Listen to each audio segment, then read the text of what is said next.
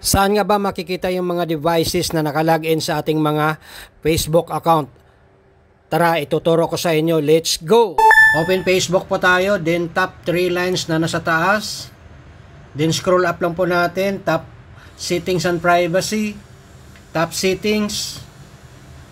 And then tap po natin yung Accounts Center.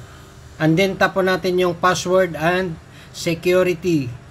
Then tap po natin yung Two-Factor Authentication. Then tap po natin yung profile name natin. And then scroll up lang po natin.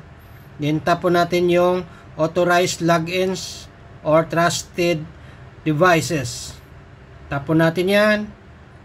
And then dito guys sa Trusted Devices, dito nyo makikita po yung mga device na ginamit nyo sa pag-login. Ayan, sana may natutunan po kayo sa tutorial natin. Thank you for watching.